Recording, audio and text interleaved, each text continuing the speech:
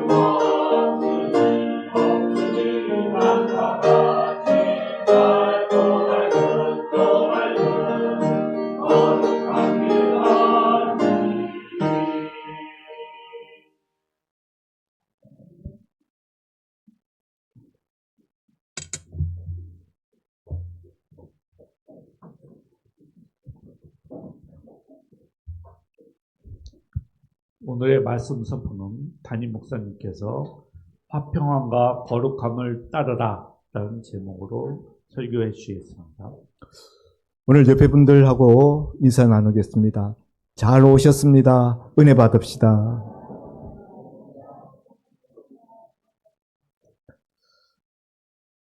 오늘 우리가 봉독한 히브리서 12장 14절 한 절 말씀인데요.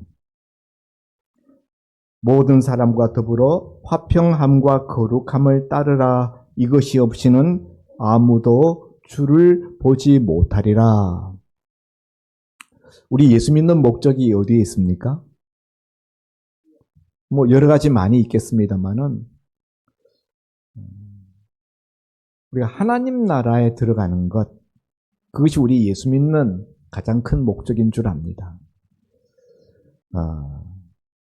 평생 예수 믿었는데 하나님 나라에 들어가지 못한다 하면은 그것처럼 큰 실패가 없을 것입니다. 그런데 오늘 우리가 읽은 이 본문에는 화평함과 거룩함을 따르라. 이것이 없이는 아무도 주를 보지 못하리라. 주님을 보지 못한다라는 것은 주님을 만날 수 없다는 말이고, 주님을 만날 수 없다는 말은 하나님 나라에 들어가지 못한다는 말 아니겠습니까? 여러분은 어떻게 해야 하나님 나라에 들어간다는 것을 이미 다 알고 있습니다. 예수 믿으면 예수 천당 불신 지옥, 우리가 많이 들었던 경구이지만은 성경에는 구원받지 못하는 사람들에 대한 이야기를 할 때 그냥 불신 지옥 이렇게만 간단하게 이야기하지 아니하고 좀 더 다채롭게 이야기를 폭넓게 하고 있다 하는 생각이 듭니다. 우리가 얼마 전에도 너희가 어린 아이들과 같이 하나님 나라를 받들지 아니하면은 하나님 나라에 들어갈 수 없다라는 예수님 말씀을 우리가 나누었습니다. 어린 아이와 같이 하나님 나라를 받든다는 것이 도대체 무슨 뜻인가? 그렇게 하지 아니하면 하나님 나라에 들어가지 못한다는 예수님의 말씀은 우리가 흔히 생각했던 그냥 예수 믿으면 구원받는 것이고 예수 안 믿으면 구원 못 받는 것이고 그런 우리의 일반적인 신앙 상식과는 좀 다른 것이 아닌가? 약간 혼란스럽기도 하고 그것이 어떻게 서로 관련되어지는가? 이런 생각을 우리가 지난번에 나누었습니다. 그런 부분들이 성경에 의외로 여기저기에 나타난다는 것이죠.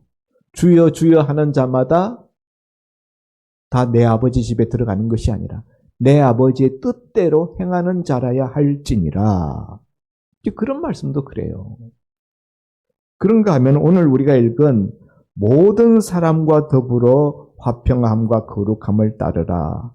이것이 없이는 아무도 주를 보지 못한다. 굉장히 단호합니다. 이것이 없이는 아무도 주를 보지 못한다. 굉장히 단호한 표현이에요. 주님을 만나려면, 주님을 보려면 뭐가 있어야 된다고요? 모든 사람과 더불어 화평함과 거룩함을 따르는 것이 있어야 된다. 어떻습니까?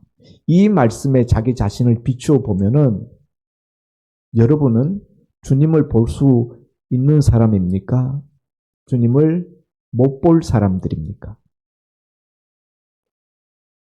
아니, 목사님 무슨 말씀 그렇게 하세요? 제가 예수 믿은 지가 10년, 20년, 30년, 40년, 50년. 제가 교회에서 권사고 집사고 장로고 그런데 그런 걸 물으십니까? 그렇게 생각되시면은 성경을 다시 한번 보십시오. 저는 제 이야기하는 것 아니고 제 생각 이야기하는 거 아니고 성경 이야기를 하는 겁니다. 하나님 말씀이 뭐라고 말하고 있는가를 보라는 거예요. 모든 사람과 더불어 화평함과 거룩함을 따르라. 그렇지 아니하고 이것이 없이는 아무도 주를 보지 못한다. 이 말씀을 어떻게 생각해야 되죠? 어떻게 받아야 될까요?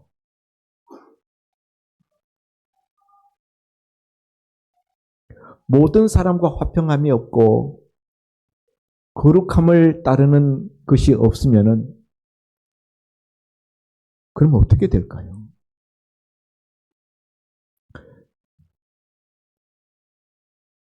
모든 사람과 화평하십니까? 미워하는 사람 없어요? 원수 없어요? 우리가 연말마다 송구영신 예배 때에 용서에 대한 연말에 우리가 한 해를 정리하고 새로운 새 시대를 우리가 맞이하기 위하여서 미워하는 사람들 우리 마음에서 다 풀어주고 다 용서하고 용서한 새 사람으로서 새로운 새해를 맞자. 연말에 꼭 제가 용서에 대한 설교를 합니다. 그랬지만은 그 설교를 들은 성도님들을 평상시에 제가 만나서 대화를 나누어 보면은 여전히 용서하지 못하고 있는 그런 모습들을 발견하곤 합니다. 그런 우리 상태를 가지고 이 본문 말씀에 비추어 보면은 내가 오늘 밤에라도 주님이 나를 불러 오라 하시면은 내가 주님을 볼 수 있을까?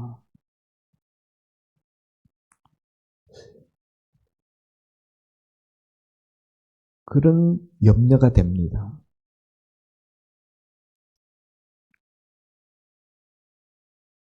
여러분의 지금 제일 큰 기도 제목이 뭡니까?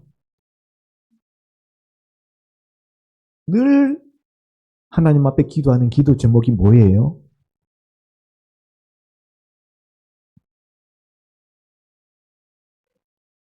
여러분이 지금 기도하는 현실적인 기도 제목 다 이루어져도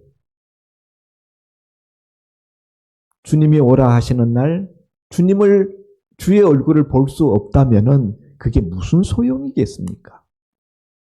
예? 그 기도 응답 받는 게 뭔 대수가 되겠냐고요. 안 그렇습니까? 여러분 기도 제목 뭐예요 지금? 뭘 놓고 기도하십니까? 가장 인생에서 큰 중요한 문제 그걸 놓고 기도해야 되는데 제일 중요한 문제들은 제쳐놓고 부차적인 문제 그런 걸 가지고 매달리고 씨름하고 있지 않습니까? 오늘 설교 제목을 사실은 그리스도인들이 반드시 추구해야 될 두 가지 저는 오늘 이렇게 바꾸어서 말씀을 전하고 싶습니다. 오늘 본문이 이것이 없이는 아무도 주를 보지 못한다고 이야기하고 있다는 점에 있어서 이것은 이 두 가지는 그리스도인들이 반드시 추구해야 될 두 가지라는 생각입니다. 여기 본문에 나오는 따르라 라는 이 번역된 단어는 따르라라는 번역보다는 오히려 좇으라 라는 단어가 더 적합한 것 같습니다. 모든 사람과 더불어 화평함과 거룩함을 좇으라. 여기 쫓으라는 이 단어는 그냥 단순히 그냥 찾는 것, 그런 것을 의미하는 것이 아니고 긴박감을 가지고 최선을 다해서 추구하는 것, 그럴 때 쓰는 단어예요. 그러니까 집념을 가지고 집중적으로, 적극적으로 추구하는 그런 자세를 말하는 단어다 하는 거죠. 두 가지를 이야기하고 있어요. 화평함과 거룩함. 그러니까 오늘 이 본문을 가지고 우리가 생각해 본다면은 우리 그리스도인들이 추구해야 될 것이 많이 있어요. 여러 가지 덕목들이 많이 있죠. 그런데 오늘 이 본문으로 가지고 이야기를 한다면은 우리가 기도해야 될 가장 핵심적인 앞선 기도 제목은 주변 사람들과 화목함 그리고 하나님 앞에서 거룩함 이 두 가지라고 말할 수밖에 없는 것이죠.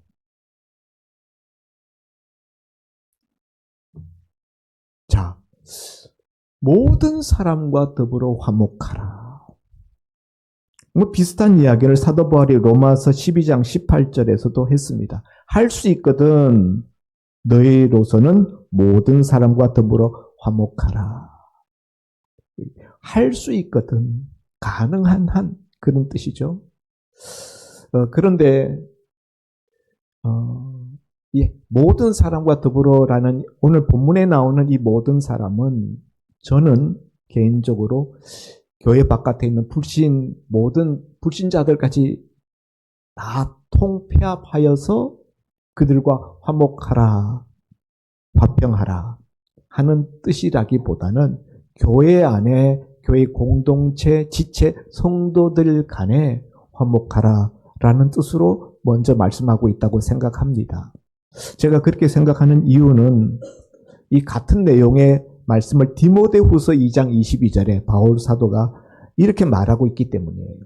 주를 깨끗한 마음으로 부르는 자들과 함께 의와 화평을 따르라. 이렇게 말씀하고 있어요. 주를 부르는 자들과 함께 화평을 따르라. 주를 부르는 자, 신자들이에요. 교회 안의 지체들. 그러니까 우리가 화평함과 화목함을 도모해야 되는 1차적인 대상은 교회 안에 있는 지체, 우리 공동체, 우리 교회 성도들 간에 화목해야 된다 하는 거죠. 물론 이제 바울이 할 수 있으면 교회 바깥에 있는 세상 사람들까지도 화목했으면 좋겠다라는 이야기를 하지만은 오늘 본문이 디모데후서 2장 22절을 그냥 더 이렇게 요약해 놓은 것으로 본다면은 교회 안에 성도들 간에 화목함을 추구하라. 그런데 여러분, 교회 안이 화목합니까? 교회 안이 화평합니까? 다행스럽게 저희 교회는 화목하고 화평합니다. 하나님 앞에 감사합니다.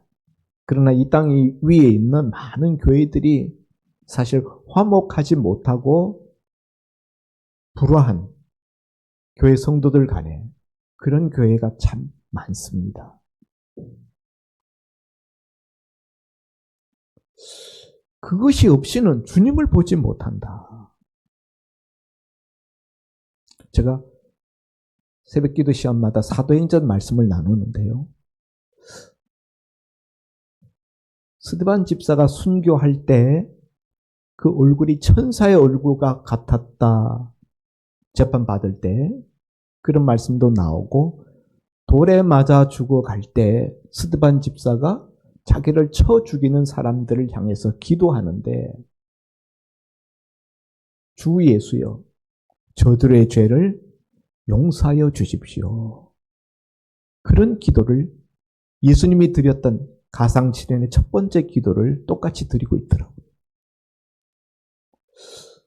왜 그런 기도를 드렸을까? 예수님 기도를 그냥 복사해서 그냥 드린 것인가?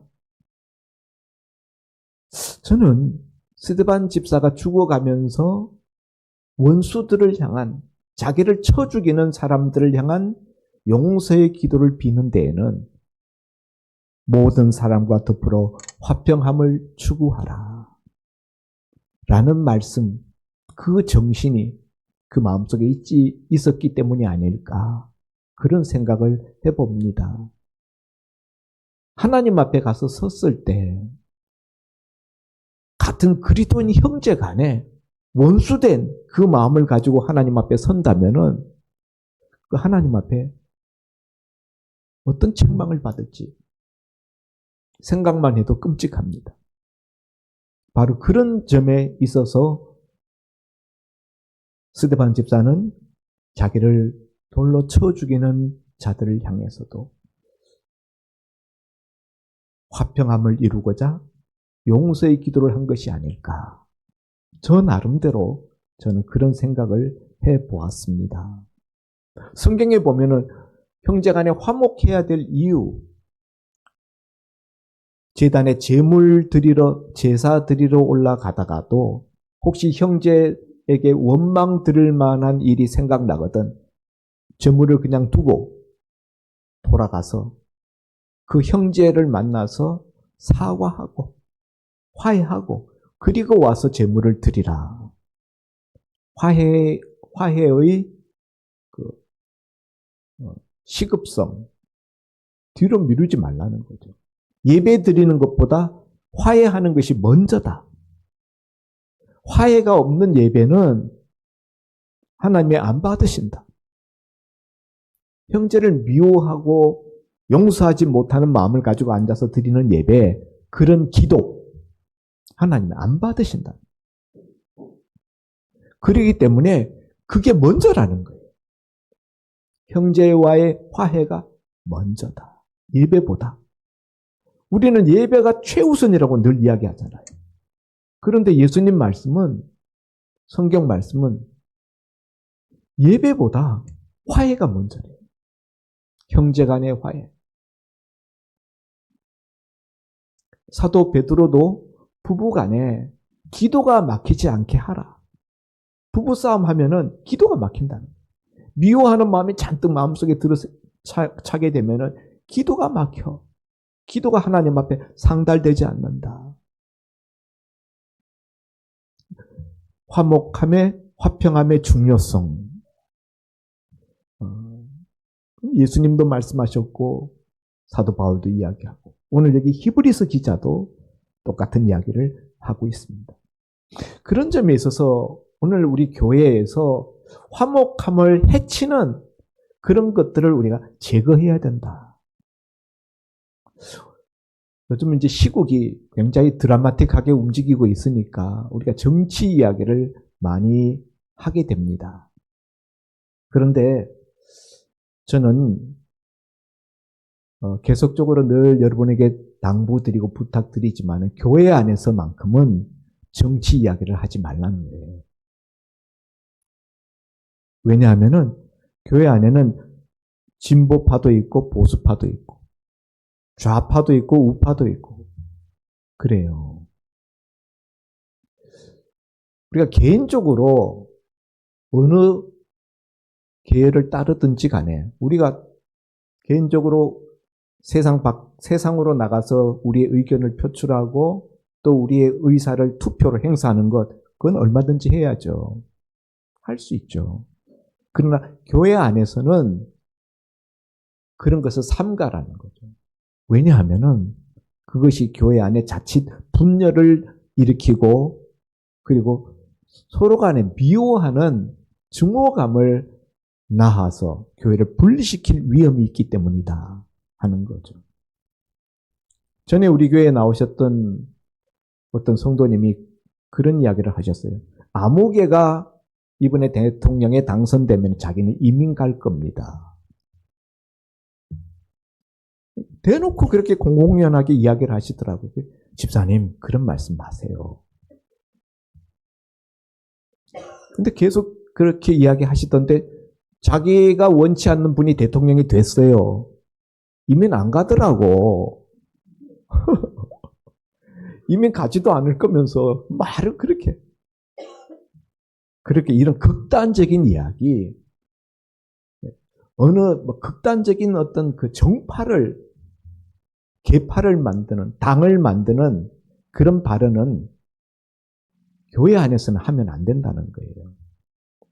왜냐하면 그것이 서로 간의 거리감을 내기 때문에 그 어느 한쪽 주장을 하게 되면 반대쪽 입장의 주장을 가지고 있는 분은 그 사람하고 멀어져요. 그 자꾸 그런 주장을 하다 보면은 싸움이 일어난다. 전에 우리 교회가 연합 철학기도회 갔다가 봉고차 타고 오는데 차 안에서 누구를 지지하는가 보수냐 진보냐 가지고 이야기를 하다 싸움이 일어났어요. 제가 그냥 차 운전대 잡고 가다가 뒤돌아보고 제가 막 그런 이야기 교회에서는 하지 말라고 제가 약간 성질을 내면서 이야기를 했죠. 여러분, 우리가 이런 교회 안에 뭔가 분리를 조장할 수 있는 화평을 깨뜨릴 수 있는 그런 요소가 될 만한 것들은 우리가 조심해야 돼요. 제거해야 됩니다. 우리가 어느 한쪽 입장을 그냥 완강하게 우리가 주장하다 보면은 그건 뭘 의미하는가 하면요. 이데올로기가 그 사람에게 우상이 되어 있다는 거예요. 여러분, 우리에겐 복음이 제일 커야 돼요. 예수님의 12제자 안에는요. 진보파도 있고 보수파도 있었어요. 누가복음 6장 15절에 보면은 예수님의 12제자 명단이 쭉 나오는데 그 중에 누가복음 6장 15절 한 줄에 세리 마태의 이름도 나오고 셀로딘 시몬의 이름도 나와요. 세리 마태는 로마 정부에 세금을 걷어서 바치는 세금 징수원입니다.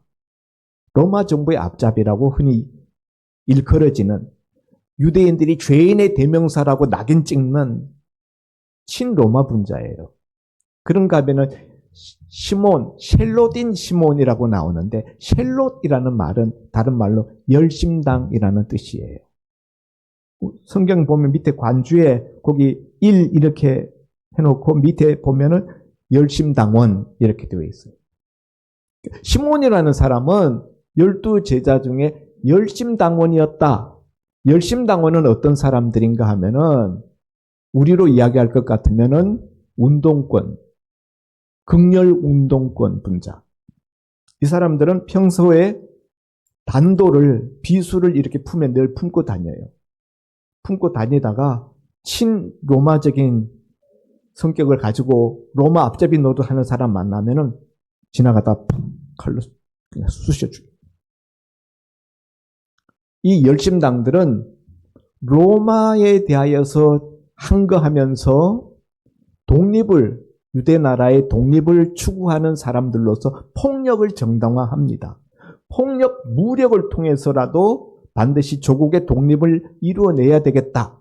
그런 점에 있어서 친로마 앞잡이 이런 사람들은 칼로 쑤셔 죽여야 되는 척결해야 될 대상이에요.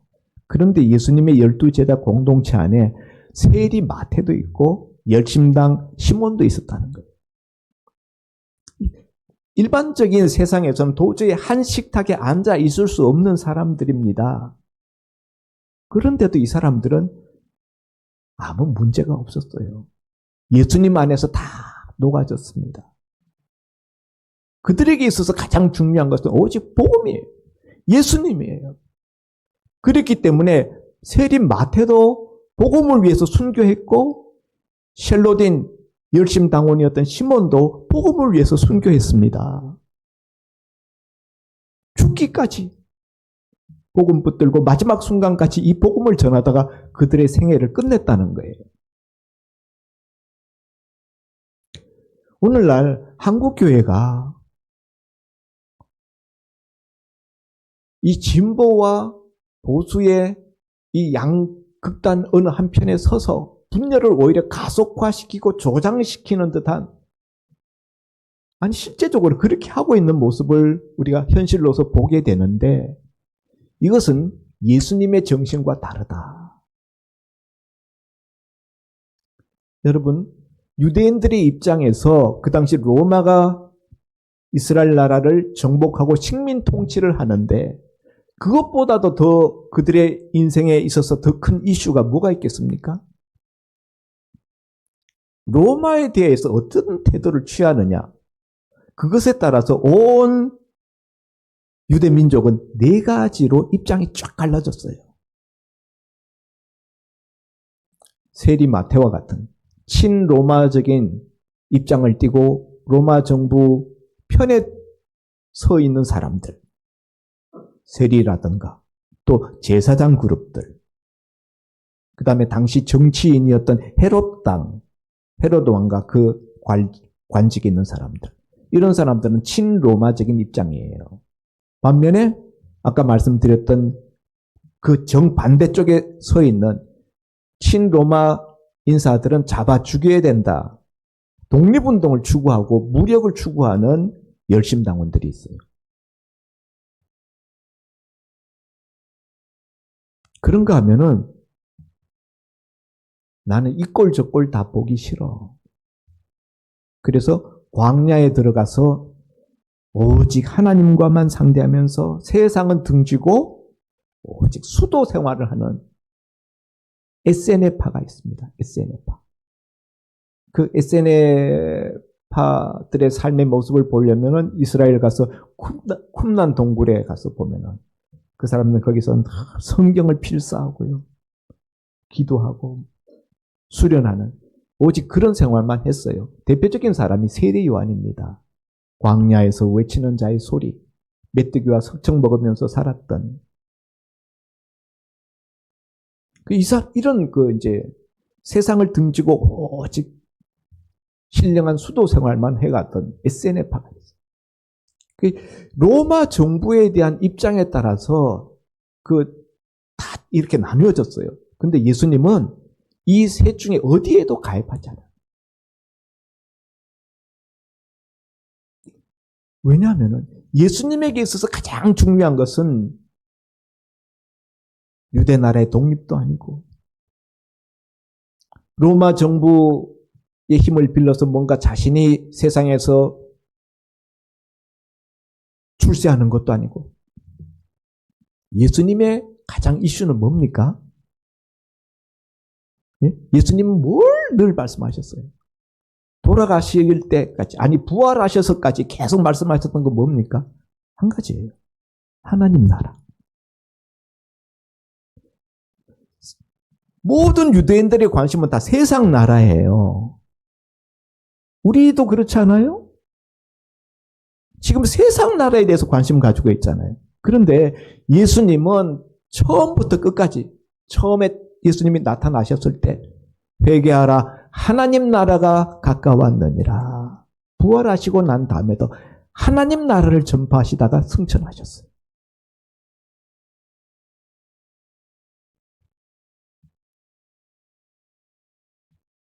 그런데 그 하나님 나라에 들어가게 하는 것은 바로 복음이에요.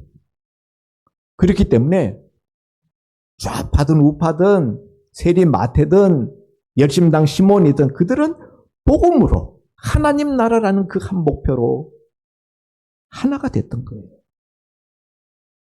오늘 교회가 이렇게 좌파 우파로 나뉘어서 이렇게 서로 막 욕하고 극단적인 대립을 하는 것은 하나님 나라가 그들의 교회에 있어 제일 큰 화두가 되지 못하고 있기 때문에 하나님 나라에 대한 관심보다 세상 나라에 대한 관심이 더 크기 때문이에요.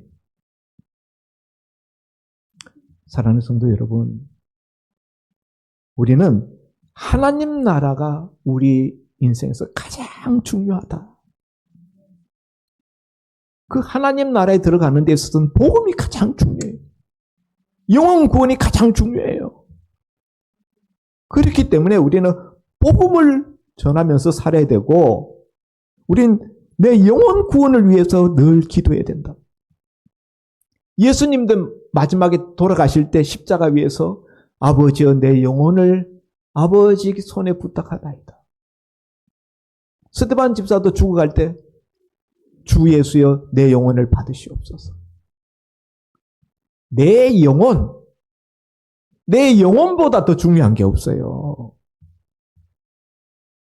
자녀들 위해서 이것저것 신경 써도 내 영혼보다 중요하지 않습니다.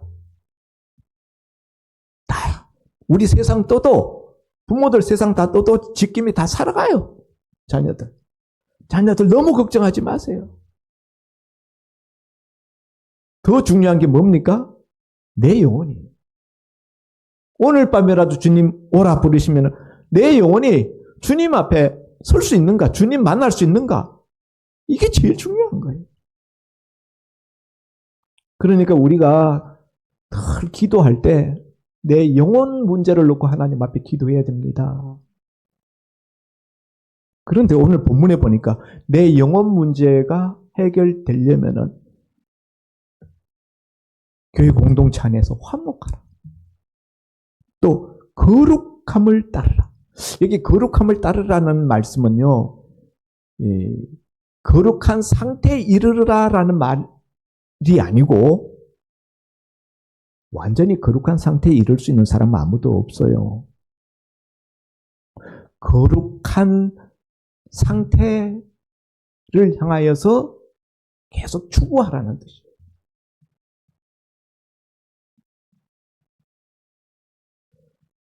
거룩해져가는 과정을 말하는 단어입니다. 계속 거룩해져가는 과정을 가지라는 거예요. 여러분은 어떻습니까? 10년 전보다 20년 전보다 거룩해져 가고 있습니까? 이 거룩함이라는 것이 여러분에게 얼마나 큰 신앙에 있어서 큰 화두가 되고 있습니까? 오늘날 교회 설교에서 거룩함에 대한 설교가 그렇게 많지 않아요. 거룩함에 대해서 성도들도 별로 심각하게 생각하지 않아요. 그러나 성경에는 레위기서에도 하나님께서 내가 거룩하니 너희도 거룩하라. 거룩함을 요구하고 계십니다. 사도 베드로도 너희는 왕 같은 족속이요 거룩한 나라라고 그랬어요. 우리가 거룩한 나라예요. 이스라엘 백성들을 향해서 거룩한 하나님의 백성이라 하나님 그렇게 불렀고요. 예수 믿는 우리를 성도, 거룩한 무리라는 뜻이에요. 이 거룩한 무리라고 할 때, 성도 할 때 거룩하다라는 이 단어, 카도시라는 이 단어는 하나님을 위해서 떼어놓다라는 뜻이에요. 분리해내다, 떼어놓다 그런 거예요. 거룩한 제물, 하나님 앞에 양이나 염소나 이런 걸 드릴 때, 왜 거룩한 제물이 됩니까? 소나 양 자체가 무슨 거룩함이 있는 게 아니에요. 하나님에게 드려지기 위해서 구분해 놓았다, 따로 떼어 놓았다 하는 점 때문에 그것이 거룩한 제물, 거룩하다라는 단어가 적용되는 거예요. 성도, 우리가 얼마나 실제로 거룩한 삶을 살고 있나요? 별로 그러지 못하잖아요. 그런데 우리를 성도라고 불러주는 이유가 어디 있습니까? 하나님을 위해서 살기로 하나님의 것으로 우리를 따로 떼어놓았기 때문에 너희는 하나님의 소유라. 하나님의 것이다. 그래서 우리 삶의 목적, 삶의 가치관, 삶의 기준, 삶의 방향 이런 것들이 거룩함을 향해서 하나님을 향해서 따로 떼어놓는 그런 모습이 있어야 된다는 거죠. 거룩함이라는 것은 여기서는 상태라기보다는 과정이다.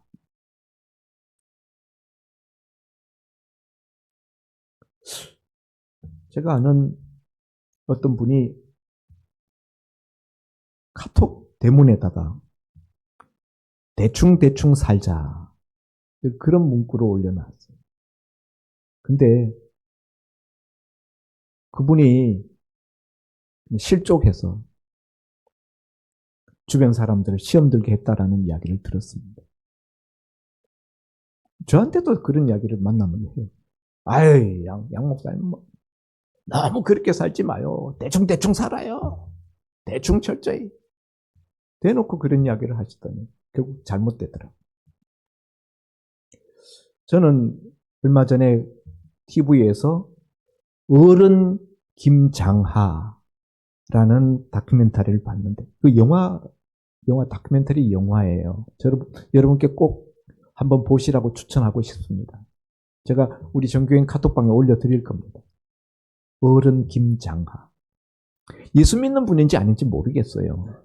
근데 그분의 삶을 보니까 정말 훌륭하더라고요. 근데 이 사람이 어떻게 이런 훌륭한 삶을 살았을까? 보니까 이 사람 가슴에 뭐가 있는가 하면 윤동주의 서시가 있더라고요.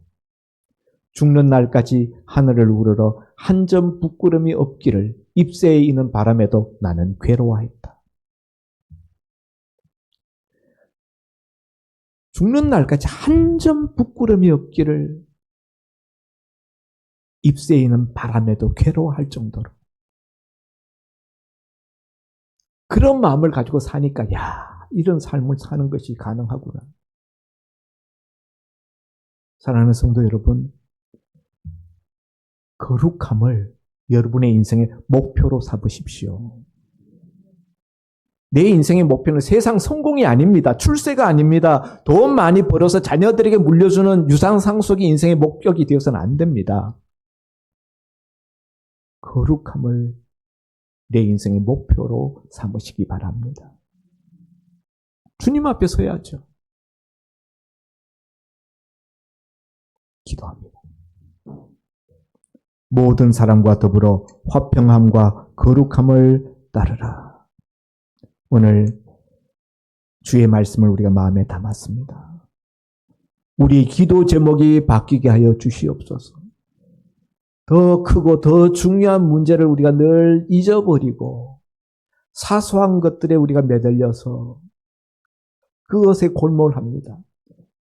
오늘 이것이 없이는 아무도 주를 보지 못한다고 하나님의 말씀이 분명히 말씀하고 있사오니 아버지 하나님 이것을 놓치지 않는 종들이 되게 하여 주옵소서. 아멘. 그리하여서 우리 중에 한 사람도 주를 보지 못하는 자가 없게 하여 주옵소서.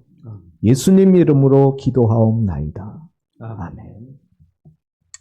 말씀 감사드립니다. 여러분들도 거룩한 성도 되시기 바랍니다.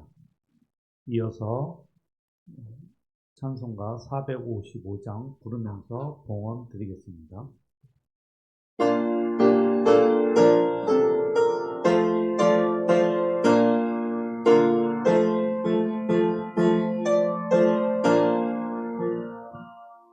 주님의 마음을 본받는 자, 그 마음의 평강이 찾아오는 세상의 이 길 이미 하늘로부터 임함이로다. 주님의 마음 본받아 살면서 그 거룩하신 나도 이루리. 주 모습 내 눈에 안 보이며 그 음성 내 귀에 안 들려도 내 영혼 날마다 주를 만나 신령한 말씀을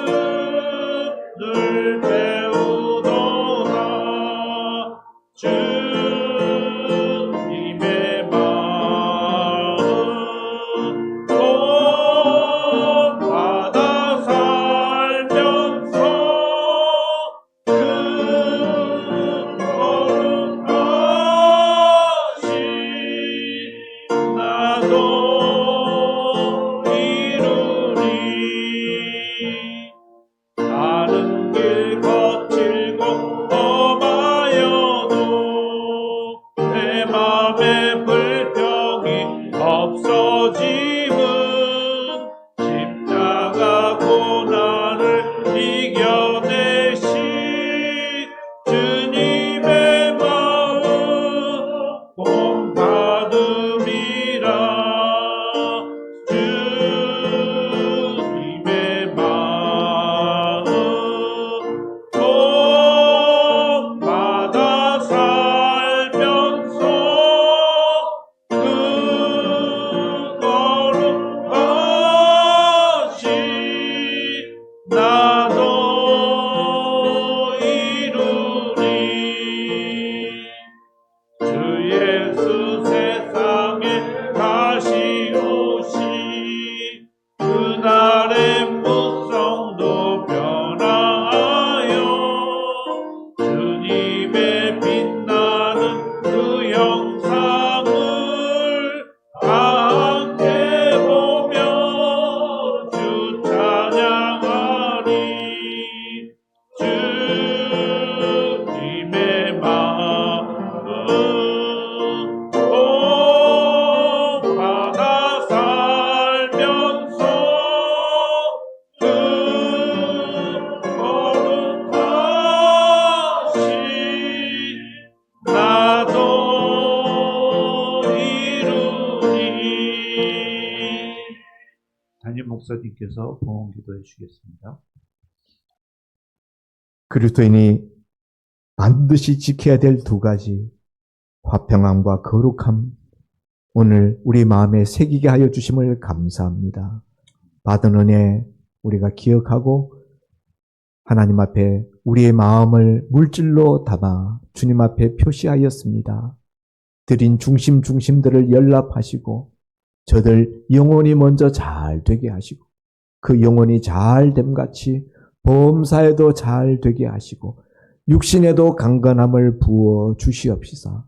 그 손으로 그 발로 무슨 일을 도모할 때 주님의 형통케 하시는 은혜가 그 일 더위에 따르게 하여 주옵소서.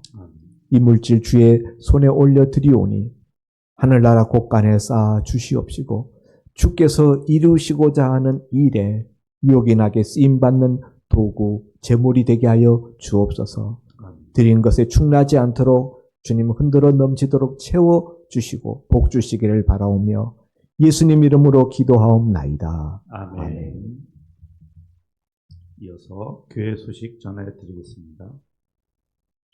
오늘 예배 후에 외부 식당에서 여전도에 신입회원 환영 식사가 있습니다. 코다리 드신다고 그러는데 네, 다 참여하시기 바랍니다. 우리는 더 맛있는 걸 준비했습니다. 여기 여전도에 말고 밑에 점심 간식에 맛있는 쌀국수가 준비되어 있습니다. 그 중계 대신방이 다음 주 17일부터 월, 수, 금 5월까지 실시할 겁니다. 그래서 신청하시는 분들이 그 달력에 본인이 원하시는 날짜에 체크를 해주시기 바랍니다. 그럼 그걸 보고 네, 주방 달력. 여긴 달력이 없으니까 주방 달력에 그 표시해 주시기 바랍니다. 그리고 4월 첫째 주, 4월 6일 야유회가 있을 예정입니다. 장소는 아직 남전도에 정하셨습니까? 네. 그래서 다음 주에는 공지가 나갈 예정입니다. 그래서 첫째 주일에 야유회. 그 4월 6일이면은 벚꽃이 피나요? 네, 아주 좋을 것 같습니다. 네, 4월 6일 날 미리 일정 비워두시고 다 참석해 주시기 바랍니다. 그리고 오늘 예배의 시간에 또 함께 해주신 또 오늘 예배 이렇게 저희 교회에 오신 분들에게 환영을 드리며 다 주님의 은혜가 늘 함께 하시고 또 우리가 주님 앞에 이렇게 함께 예배 드리고 한 주를 시작하는 것이 또 우리의 축복이 되고 복을 받으리라 생각됩니다. 다 같이 일어나셔서 한 주간도 주 안에서 축복 받으시고 윤진호 목사님께서 축도해 주시겠습니다.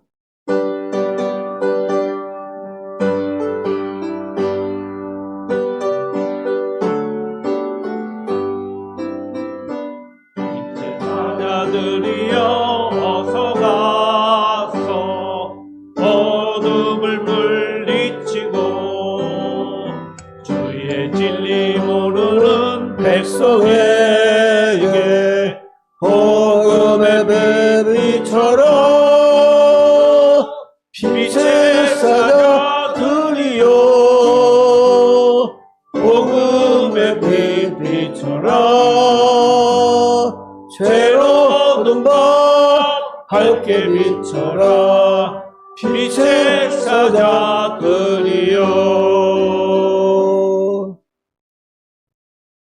말씀이 육신이 되어 이 땅에 오셔서 십자가에 달려 죽으시고 장사되셨다가 사흘 만에 부활하시고 하늘로 승천하셨다가 다시 오실 우리 주 예수 그리스도의 은혜와 하나밖에 없는 독생자 예수님을 이 땅에 보내주기까지 아낌없는 사랑을 해주신 우리 하나님 아버지의 무한하신 사랑하심과 성령님의 내주 교통 충만 역사 인도하심이 오늘도 더민 목사님께서 전하시는 하나님의 말씀을 듣고 평안과 그리고 또한 거룩함의 이름으로 말미암아 더욱더 하나님을 뵙고 하나님께 무한 영광 돌려드리기를 원하는 이정도 서먹게 봐 모든 사랑하는 성도들과 그 가정과 직장과 사업과 하시는 일들 위해 자자손전 위에 이제로부터 영원까지 함께 있을지어다.